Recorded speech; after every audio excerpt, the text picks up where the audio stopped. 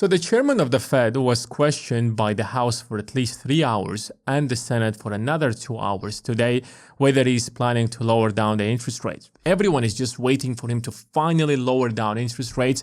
So here in this video, let me break down everything for you and you don't have to watch 5 hours of the chairman of the Fed being questioned. Let me make a disclaimer. There were some really dumb questions and it's very difficult to literally pass through them. That dragged the supply of new housing. But last month, new housing hit a 5-year low. Are you familiar with that? I'm not sure exactly what statistic you were referring to. Okay, I don't know. There was So she's kind of referring to statistics to ask a question, but she doesn't even know what statistics she's referring to. This is the kind of questions that we're actually getting. But anyways, there were some really good questions actually. One of the questions he was asked is that whether the Fed's decision-making is being impacted by Trump's bullying. And he replied that the job of the Fed is to deliver a good economy for the benefit of the American people. And anything else, and he means literally here that Trump's tweets is that anything else is kinda a distraction. So Donald Trump is splashing his anger on social media and tweeting, literally calling him different names, and he's simply, I don't care about that, call me whatever you want. I hope Congress really works this very dumb, hard-headed person over. This is literally how angry Donald Trump is. And this is just one example. If you literally just go to Truth Social, to Donald Trump's page, you will find probably at least a few dozen of posts by Donald Trump criticizing the chairman of the Fed. If it was to the will of the president, I guess he would actually remove him. But removing him is so difficult, he would rather wait for him to literally just go away next year where this term is going to be over. But he was also asked whether he's going to lower down interest rates. He is going to wait for clear economic data. And he's also supported by Ray Dalio, one of the most important investors in the country, or I would say in the world. The Fed is in a very difficult position and it tries to balance the benefits of cutting interest rates with maintaining the value of the money. When you lower down the interest rates, you benefit everybody from one side because everybody now has a cheap access to the capital. But on the other side, you're devaluing the value of the money. The savers, the people who keep their money in safe deposits, the people who buy treasury bills, especially when we talk about largest institutions or foreign governments, the value of their dollars are going to go down. But if you don't have any kind of savings, you're not going to suffer. So it's very difficult to balance between the two. Now, another thing that he was asked about the tariffs and its effect on inflation. Tariffs are likely to push up inflation, whether this will be a one-time price increase or a persistent issue.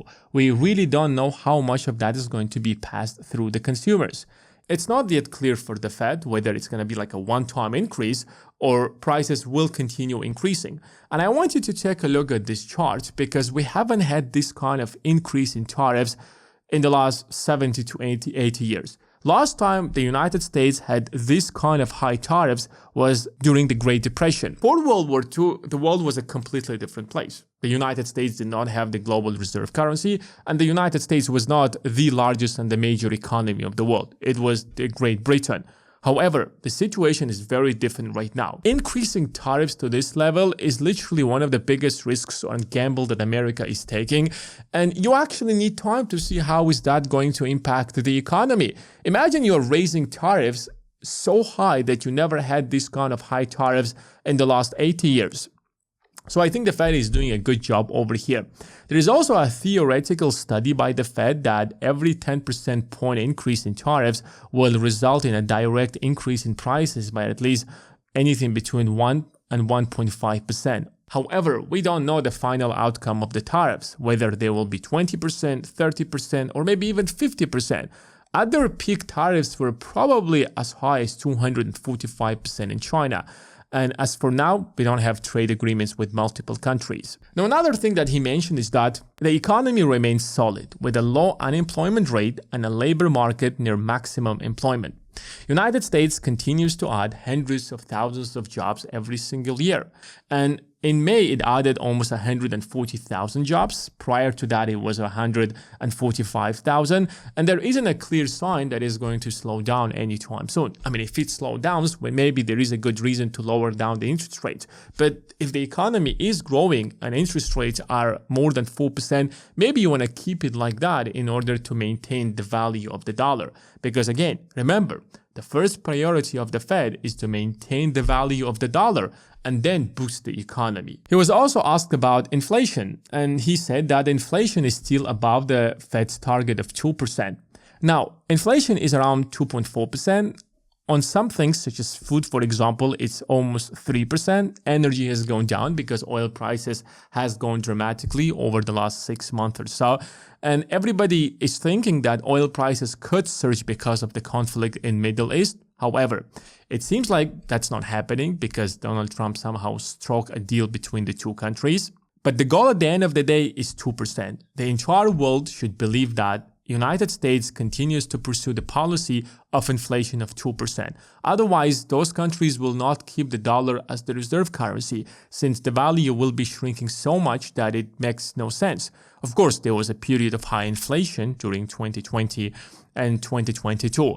But that should not be repeated. And that is the responsibility of the Fed. For the time being, we're all well positioned to wait to learn more about the likely course of the economy before considering any adjustments to our policy. But the problem is that with Trump, you never know, and you have to wait until he's out of office. Like, how are you supposed to know what Trump is going to do? It's literally every single day a new adventure. What Trump is going to take, his policies on China, on European Union, on Canada. Today it could be one thing, tomorrow, and it could be a completely different thing. And that's a very different approach from the Fed's approach. I understand Trump. He wants to be unpredictable because politics is brutally hard. And when no one knows what exactly you want to do, you can take whatever you want and everybody will be surprised. And everybody will take your word very seriously because you could change your opinion at any moment. However, when you're managing the Fed, people trust you because you are predictable. That's why they use your currency. So maybe either it's going to be until Trump is out of the office before they lower down the interest rates, or maybe he will be replaced next year and the next chairman of the Fed will instantly lower down interest rates. He was also asked whether he's going to lower down the interest rates in July. He did not comment on that because he doesn't want to drive any kind of speculation. However, there are other governors of the Fed who hinted that there could be, or maybe it's time for the Fed to actually lower down the interest rates, and that might happen as early as July. Is there a possibility? Yes, but that's what we have been saying literally since the end of the last year, or even probably like the summer of the last year. That's what experts said, that's what everybody said. But the Fed continues to remain with their policy of keeping the rates at the same level because of so many unpredictabilities. And everything that happened over the last few months only indicates the fact that there is going to be more unpredictability, which I assume that the Fed most likely is not going to lower down the interest rates in July of this year. He was also asked about the bond market, and he made it clear that the bond market is very stable. Because remember, the bond market is the foundation of the US economy and the foundation of the global economy. And it's part of his responsibility to ensure that the bond market works the way it works, that it's functional, it's smooth, and nobody has any doubts on it, even if it's against the will of the president.